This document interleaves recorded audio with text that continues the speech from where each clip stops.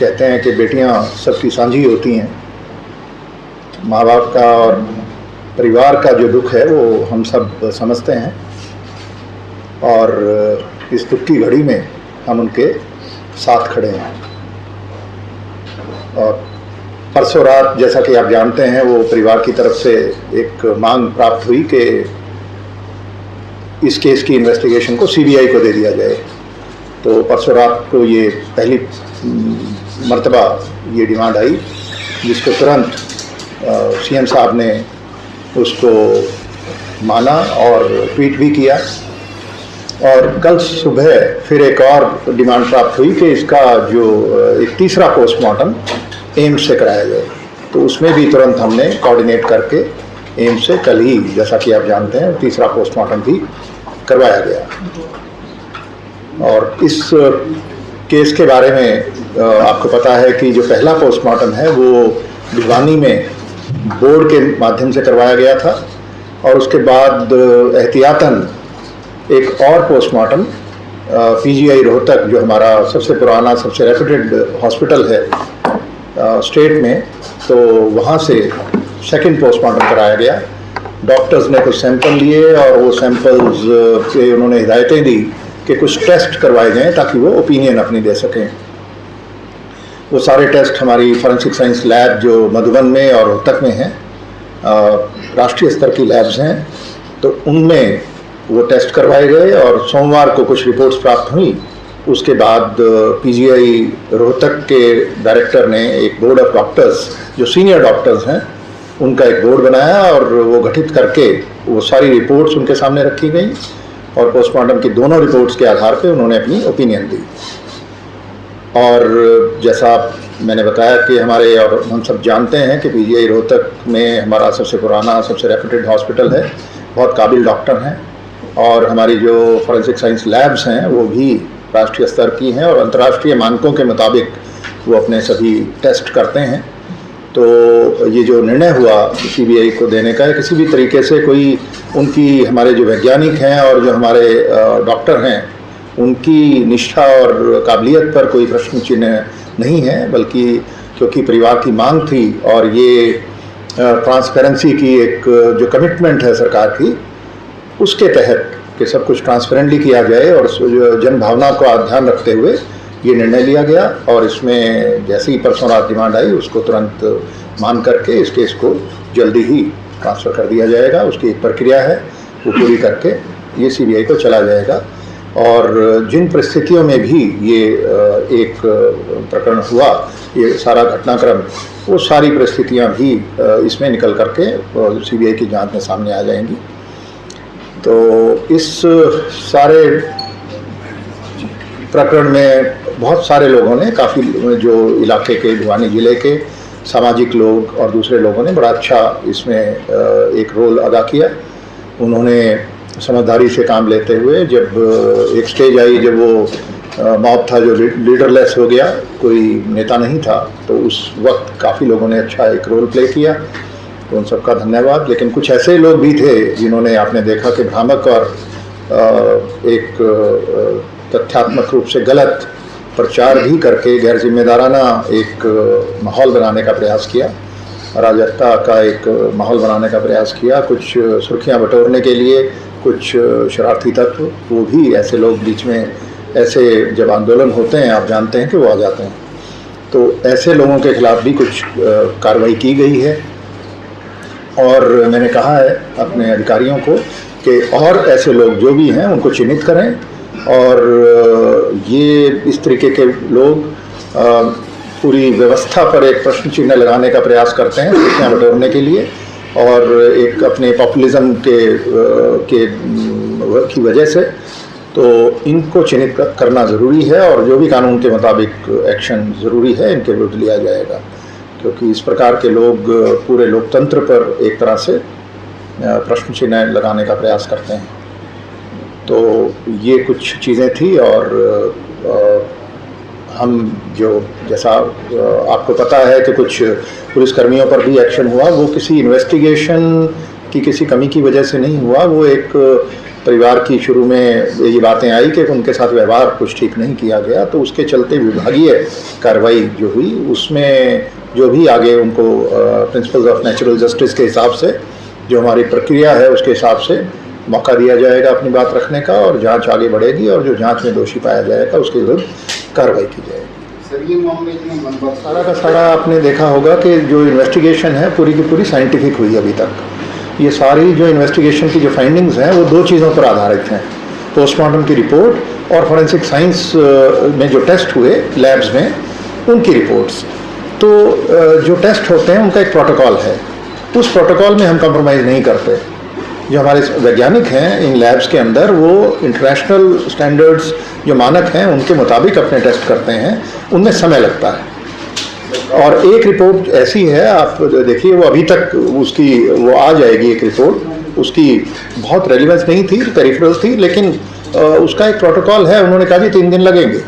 तो जैसा हम बीमार हो जाते हैं, हम लैब में टेस्ट कराते हैं तो कई बार ब्लड कल्चर और दूसरे टेस्ट होते हैं, आपको पता है उनमें 36 घंटे 48 घंटे का समय वो बताते हैं आपको, इतना समय लगता है। तो जो फोरेंसिक साइंस के टेस्ट हैं उसमें लैब्स के अंदर उनमें जो समय लगा, और जब जैसे ही ये हमारी विसरा की रिपोर्ट मंडे को मिली, सोमवार जो गया उसको मिली, मंडे को ही हमने प्रयास किया कि इनको उसी दिन बोर्ड बन गया और बोर्ड बनकर उन्होंने ओपिनियन दे दी, जिसके बारे में आपको अवगत भी कराया गया। जो आई इसमें रिपोर्ट उसके ऊपर भिवानी पुलिस या हरियाणा पुलिस ने क्या मतलब एफआईआर करी है उसमें, मतलब कि उसने सुसाइड माना है या क्या किया? तो पहले क्या एफआईआर क्या? एक तो उस टाइम तो ऐसा है कि ये जो एक प्रोटोकॉल है हमने अपना बनाया 2005-6 के आसपास कि जितने भी मिसिंग पर्सन हैं उनमें हरियाणा एक ऐसा प्रांत है जहाँ पे एफआईआर की जाती है। अगर आप पूरे देश को देखें तो वहाँ पे सिर्फ रोजनामचे में एक एंट्री कर दी जाती है, डीडी एंट्री जिसको कहते हैं। और इसमें अगर क्राइम इन इंडिया जो एनसीआरबी जो इसको पब्लिश करती है हर साल, अगर आप उसमें वो टेबल देखेंगे तालिका, तो आप पाएंगे कि 80% केस मिसिंग पर्सनस के हरियाणा में ही होते हैं। इसका मतलब ये नहीं कि पूरे देश में जो मिसिंग हुए हैं वो केवल हरियाणा में हुए हैं, होते सब जगह हैं, वहाँ पे एफआईआर नहीं होती, हम एफआईआर करते हैं। तो एफआईआर जो करते हैं वो जो धारा है उसकी 346 आईपीसी होती थी पहले, अब जो भी 127 या नए कानून में जो है 127(6), तो उसके तहत वो एफआईआर कर दी गई थी पहले ही दिन।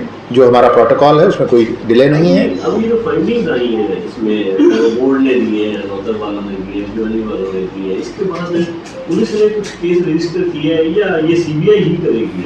नहीं, केस तो हमारा पहले देखिए एफआईआर एक ही रजिस्टर होती है एक प्रकरण में, आप जानते हैं, और उसी में अगर कोई धारा बनती है, अगर ये आता कि ये हत्या का केस है तो उसमें हत्या की धारा जुड़ जाती, लेकिन इसमें जो ओपिनियन आई वो विपरीत आई। हाँ, तो उसमें इसमें आपने ऐड किया है अच्छा पहले, क्योंकि ये बयान आ गया था उनके शक के आधार पे इन्होंने जो मर्डर की जो धारा है वो ऐड कर दी थी। तो उसमें अब क्योंकि निर्णय हो गया कि ये सीबीआई का केस जाएगा, तो इसके बाद अब हम कुछ नहीं करेंगे। और जो एम्स में पोस्टमार्टम कल हुआ है उसकी रिपोर्ट भी मिल जाएगी, और वो भी सैंपल वो उन्होंने लिए हैं, उन सैंपल्स को भी हम सेंट्रल फोरेंसिक साइंस लैब है, हम प्रयास करेंगे कि CFSL में भेजें। तो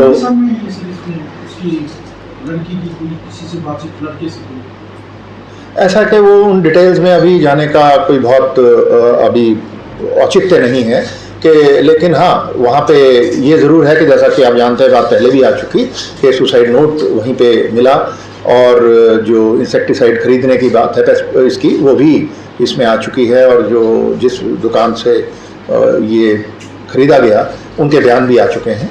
तो ये सारी चीज़ें हैं, पर अब ये सारी चीज़ें अब फाइल पर आ चुकी हैं, इनको एज सच हम पुलिस फाइल को ट्रांसफ़र करेंगे सीबीआई को, और इसके आगे की जो इन्वेस्टिगेशन है वो सीबीआई करेगी। बार-बार एक ही सवाल उठाया गया है सर कि जो वहाँ पर स्कूल था, जिस कॉलेज में जाने की बात कही गई थी, उस कॉलेज के बारे में कोई डिटेल्स या किसी तरह की कोई बात नहीं आई कि वहाँ पर कोई सीसीटीवी फुटेज मिली हो या इस तरह की कोई बात आई हो? क्या वास्तव में लड़की कॉलेज में गई थी? कोई इस तरह की पूछताछ में कोई बात सामने आई? सारा इंसिडेंट सर कैसे वक्त की फाइंडिंग में क्या है, तो थोड़ा भ्रम दूर हो जाएगा, बता देंगे ऐसे गई थी ये हुआ, तो थोड़ा सा भ्रम दूर हो जाएगा। वो डिटेल्स फिर जो इन्वेस्टिगेटिंग टीम है वो बेहतर बता पाएगी, लेकिन हाँ इसमें जो ये बात आई थी कि जो पहले दिन जब वो 11 तारीख का इंसिडेंट है, और 11 तारीख को करीब 1:30 बजे के करीब जिस बस में बिटिया ये आती थी घर से रोज़, तो वो ड्राइवर को फ़ोन करके उसने बताया कि आज मैं इस बस में नहीं जाऊंगी।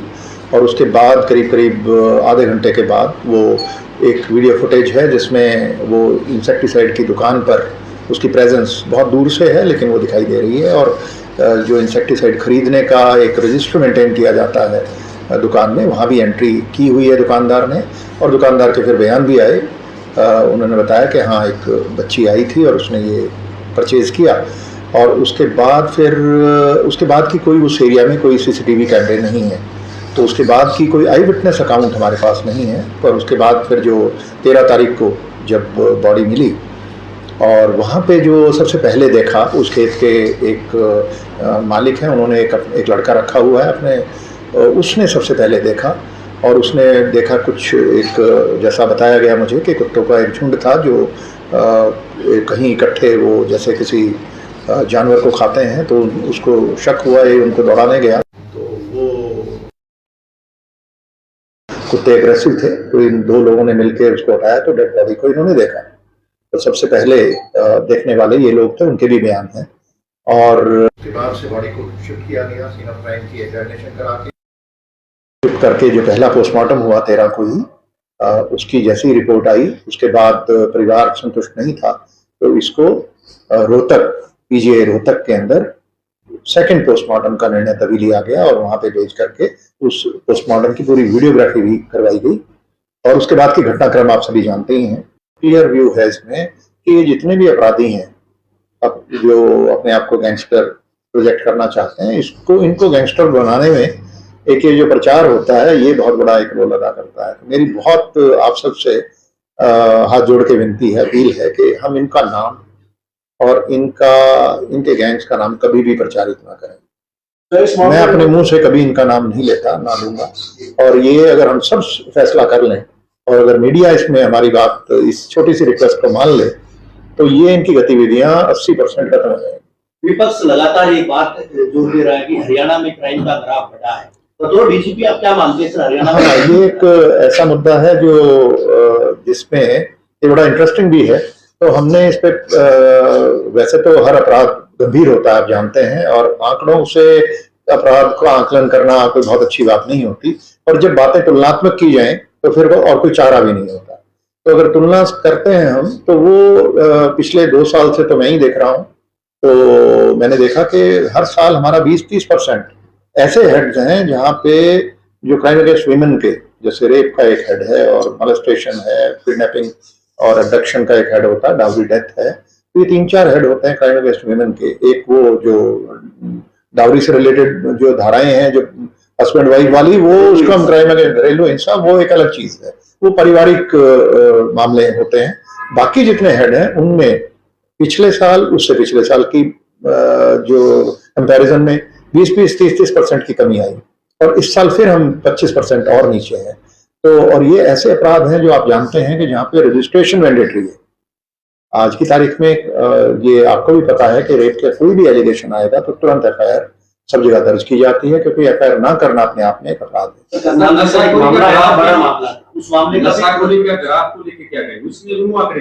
नशाखोरी की बात जहां तक करते हैं, हमने जो इसमें तो एक एक्शन प्लान बनाई और हमें ये समझ में आया कि हम गांव को एक यूनिट मान लें, गांव को और वार्ड को, शहरी क्षेत्रों में, और इनमें प्रयास करें डोर टू डोर जाके कि जो लोग नशे का शिकार हो गए इनको चिन्हित करके इनका इलाज शुरू कराएं, और अगर कोई बेचता मिलता है तो उसके विरुद्ध कार्रवाई करें। तो इसको हमने एक पैमाने बनाए और अपने लोगों को लास्ट ईयर मैंने कहा सभी अधिकारियों को कि हम गांवों को और वार्डों को नशा मुक्त बनाएं। सप्लाई चेन तोड़ने के लिए? जी हाँ, वो सप्लाई चेन के लिए तो जो हमारा पुलिस हर साल काम करती है, करीब 5,500 लोग हर साल गिरफ्तार होते हैं हरियाणा में, करीब 3700-3800 एफआईआर होती हैं एनडीपीएस एक्ट में। तो ये 5,500 में करीब 1,000 लोग हैं जो कमर्शियल क्वांटिटी के केसेस में गिरफ्तार किए जाते हैं। और कमर्शियल क्वांटिटी में जो गिरफ्तार होता है एनडीपीएस एक्ट में, तो उसमें आपको पता है कि 2 साल से पहले जमानत नहीं होती। तो करीब इन 1000 आदमियों को जब 2 साल एक आदमी 2000 साल की सजा तो आपने शुरू में दे दी। तो वो जो सप्लाई साइड के जैसा आपने पूछा था, तो सप्लाई साइड पे तो ये कार्रवाई चल रही है कई साल से, लेकिन प्रॉब्लम को सही तरीके से अगर हल करना है हमें डिमांड साइड को भी देखना होगा। तो डिमांड को हम कैसे कम करें, और जो लोग इसका प्रयोग करते हैं और इसके चंगुल में फंस चुके हैं उनको आइडेंटिफाई करके, उन परिवारों को काउंसलिंग करके, उनके साथ खड़े होकर के इन बच्चों का इलाज किसी तरीके से हम कराएं, डी एडिक्शन सेंटर तक पहुंचाएं, या ओपीडी आजकल हमारे सब अस्पतालों में है, डी एडिक्शन सेंटर्स में भी है, तो ओपीडी से ही काफी लोगों को फर्क पड़ जाता है और कुछ लोग काउंसलिंग से भी ठीक हो जाते हैं। तो ये प्रयास हमारा चल रहा है सभी बॉर्डरिंग डिस्ट्रिक्ट्स में, और यहाँ पे भी दादरी में काफी अच्छा काम हुआ, भिवानी में भी पीछे शुरू किया गया है। तो इसको हमने हर जिले में टीम बना रखी है जो डोर टू डोर जाएंगी, गाँवों को, एक एक गाँव को लेकर के डोर टू डोर जाके ये काम करेंगे। तो इसमें हमें कामयाबी कुछ हद तक मिली है, और हमारे अधिकारियों ने करीब 4000 से ज्यादा गांव ऐसे हैं जो उन्होंने नशा मुक्त अपनी तरफ से घोषित किए।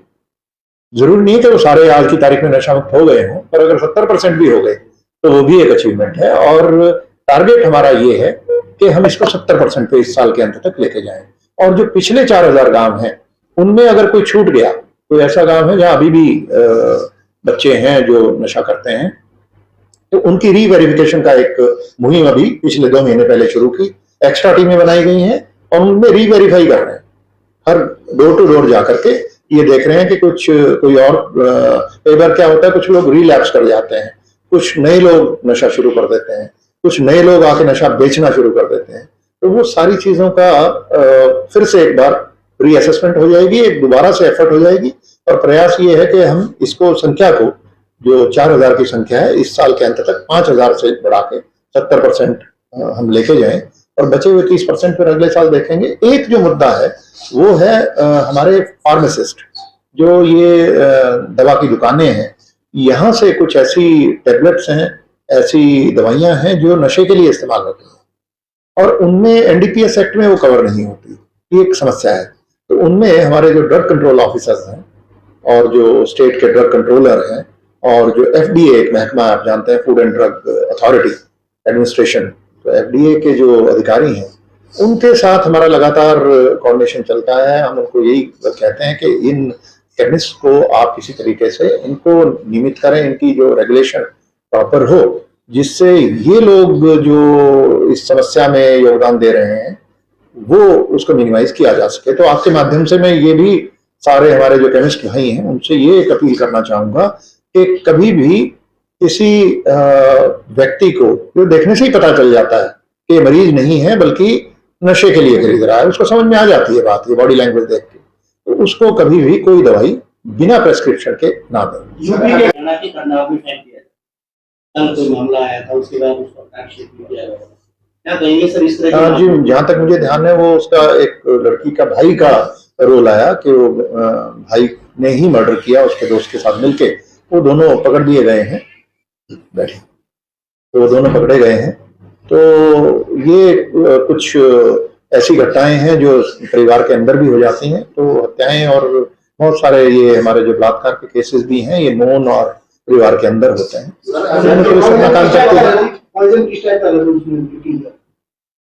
आप इस मौजूदा केस की बात कर रहे हैं या वो? हाँ, ये उसके रिपोर्ट में आया हुआ है, इंसेक्टिसाइड है,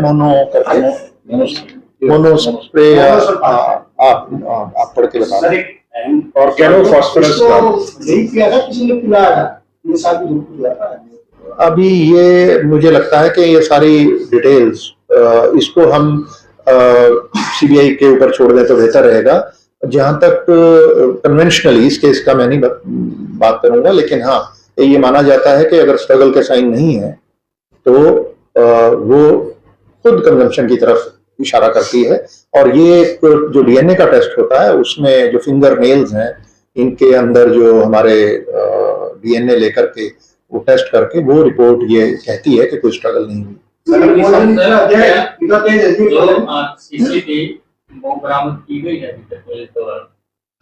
ये सारी चीजें अभी इन्वेस्टिगेशन में आएंगी, और इसको अभी तक जहाँ तक मुझे ध्यान है कुछ सीन ऑफ क्राइम पे कुछ वो मिली हैं डिब्बे वगैरह, पर एग्जैक्टली इससे कनेक्टेड कौन सा है ये अभी तक मिली है पुलिस को।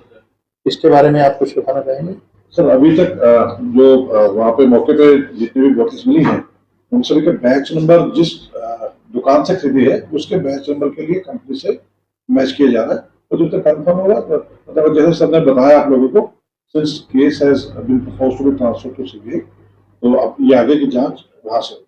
एक पक्ष इसको मर्डर कहता है, एक पक्ष दूसरा पक्ष जो सुसाइड मानता है, एक तीसरा पक्ष ऐसा वो कहता है कि उन्होंने किलिंग की भी संभव। क्या इस लिहाज से ऐसा कि वो अब निष्कर्ष पे पहुंचना, मैं आप यही रिक्वेस्ट करूंगा कि इस स्टेज पर कुछ भी कहना उचित नहीं है। इसको हम सीबीआई के ऊपर छोड़ें और सीबीआई का हम तुरंत केस बना के भेज रहे हैं और एक प्रक्रिया है वो जैसे ही पूरी हो जाएगी उसमें केंद्र सरकार को भी एक नोटिफिकेशन करनी होती है, 2 नोटिफिकेशन होती है, एक पहले राज्य सरकार करती है उसके बाद केंद्र सरकार करती है, तो उसमें थोड़ा समय लग जाता है, लेकिन हाँ जी ये अंतिम ये केस जो बिगड़ा था यहाँ से बिगड़ा था कि पुलिस कर्मचारियों का जवाब दिया। जब हरियाणा पुलिस का टॉप वो बहुत सॉबर है, क्या वो नीचे वाले पुलिस कर्मियों को ये ट्रेनिंग नहीं दी जाती कि लोगों के साथ इस तरह का बिहेवियर करें, ये हालात इसमें ना बिगड़े? हाँ, इसमें क्योंकि वो जो बात आई, जब ये बात आई कि कोई व्यवहार ठीक नहीं था, तो उस पे तुरंत उसका संज्ञान लेकर के उनके विरुद्ध जो विभागीय कार्रवाई है वो आरंभ कर दी गई। और जहाँ तक इसमें जो 112 की बात आती है, 112 की हर कॉल रिकॉर्ड होती है। इसमें भी जो कॉल आई उनकी रिकॉर्डिंग मैंने सुनी, तो मैं कहूँगा एसपी साहब से रिक्वेस्ट करूंगा कि बाद में आप सबको शेयर करेंगे। और मैंने पाया कि जो 112 में जो इनिशियल रिस्पांस था वो बहुत अच्छा था। उसको ये जो चंडीगढ़ का, तो उनकी काफी ट्रेनिंग होती है और यहाँ भी वही ट्रेनिंग हम अपने जितने भी ईआरवी का स्टाफ है, जितने इमरजेंसी रिस्पांस व्हीकल्स हैं, इन पे जो लोग पोस्ट किए जाते हैं उनको भी वही ट्रेनिंग दी जाती है। यहाँ एग्जैक्टली क्या हुआ इसकी कोई रिकॉर्डिंग नहीं है, पर हाँ अब क्योंकि ये आरोप था और पीड़ित परिवार की तरफ से था, तो उस पर हमने पूरी उसको ध्यान देते हुए, तवज्जो देते हुए उनके विरुद्ध विभागीय जांच की प्रक्रिया शुरू कर दी। उसमें जो भी उसका नतीजा निकलेगा उस हिसाब से कार्रवाई की जाएगी। Thank you very much.